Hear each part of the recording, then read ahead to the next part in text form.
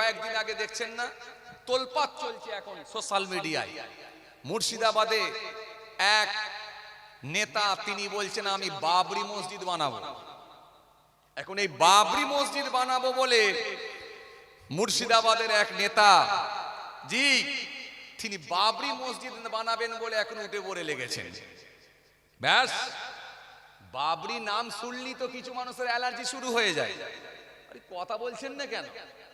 যে মোগলরা সব দিয়ে গেছে, যে মোগলরা আজকে তাজমহল দিয়ে গেল, লালকেল্লা দিয়ে গেল, আপনার কে বলে দেওয়ানি আম দিয়ে গেল, জি তাজমহল দিয়ে গেল, যেখান থেকে কোটি কোটি টাকা ইনকাম করা সম্ভব হয়, আবার সেই মোগলদের নাম শুনলেই তো কিছু মানুষের অ্যালার্জি ফুটে যায়।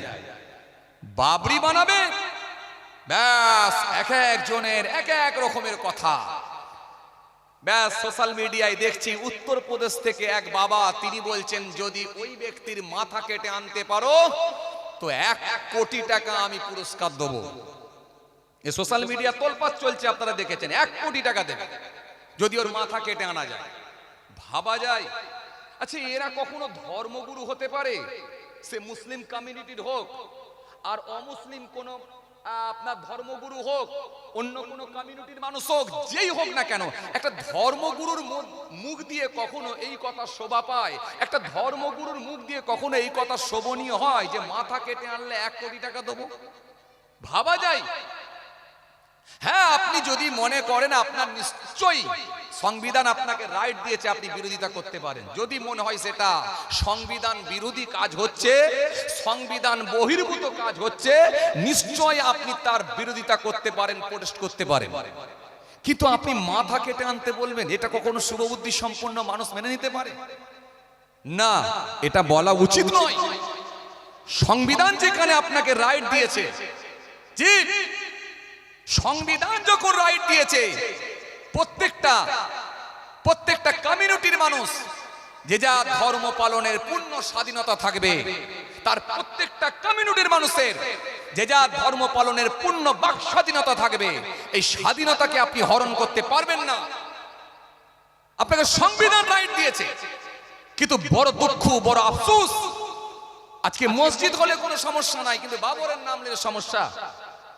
হ্যাঁ, তারপর আমরাও এর নিন্দা করছি, আমরাও তো এর প্রতিবাদ করছি যে পাড়াতে গ্রাম্য এলাকাগুলোতে যে মসজিদগুলো আছে সেগুলোতে মুসল্লির অভাবে মসজিদ বিরান হয়ে যাচ্ছে, মুসল্লির অভাবে মসজিদ বিরান হয়ে যাচ্ছে। তো এরপরে আবার এত কোটি টাকা খরচা করে আবার মসজিদ বানানোর কি প্রয়োজন আছে? হ্যাঁ, এর বিরোধিতা আমরাও করছি, কিন্তু বলার পদ্ধতি থাকবে, সিস্টেম থাকবে, পদ্ধতি থাকবে, বলার ধরনটা আলাদা হবে, প্রতিবাদের ধারাটা আলাদা হবে। কিন্তু আপনি বলবেন মাথা কেটে নিয়ে চলে আসতে পারলে 1 কোটি টাকা দেবো, এটা আমার তীব্র নিন্দা জানাচ্ছি, ঘৃণা জানাচ্ছি, তীব্র নিন্দা করছি।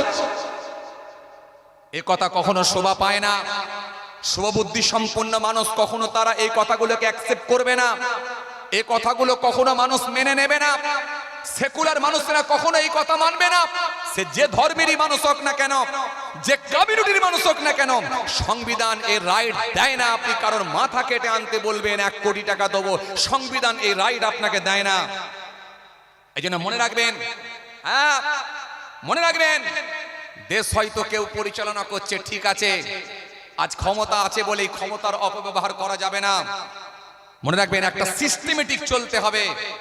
ভারতবর্ষের একটা সংবিধান আছে, একটা সিস্টেম আছে, এই সিস্টেম অনুযায়ী, একটা ল অনুযায়ী চলতে হবে প্রত্যেকটা মানুষকে। আইন কারোর জন্য কিন্তু কোনো আইন কারোর কোনো কথা শুনবে না, আইন আইনের পথে চলবে।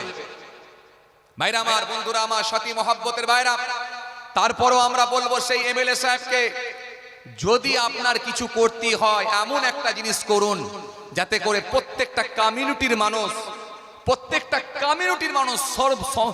সমগ্র জাতির, সমগ্র আপনার কমিউনিটির মানুষের, সমগ্র মানুষের যেন উপকারে আসে, প্রত্যেকটা কমিউনিটির মানুষের যেন উপকার আসে। আপনি একটা বড় শিক্ষা প্রতিষ্ঠান করুন, একটা হসপিটাল করুন, আপত্তি নাই, কিন্তু মসজিদ করার জন্য কিছু সিস্টেম আছে। মসজিদ গায়ের জোরে হয় না। মসজিদ করার জন্য আপনাকে জানতে হবে হালাল টাকার দরকার এবং হালাল জায়গার দরকার। হালাল টাকার জায়গা হওয়া দরকার এবং মসজিদ যেখানে হবে সেখানে পর্যাপ্ত মুসল্লির দরকার। মুসল্লি যদি না থাকে মসজিদ বিরান হয়ে যাবে। এই জন্য গায়ের জোরে ট্যাসেলে গিয়ে কোনো জিনিস করে না, আর ইসলাম এটাকে অ্যাকসেপ্ট করে না। আপনাকে যদি করতে হয় আপনি বড় শিক্ষা প্রতিষ্ঠান করুন, হসপিটাল করুন, আমরা নিশ্চয়ই আপনাকে সাধুবাদ দেবো, নিশ্চয়ই আপনাকে আমরা সমর্থন করব, নিশ্চয়ই আপনাকে আমরা সাবাস দেবো, নিশ্চয়ই আপনাকে আমরা স্যালুট করব। ভাইরা আমার, বন্ধুরা আমার, সাথী মহাব্বতের ভাইরা, যাই হোক, আমি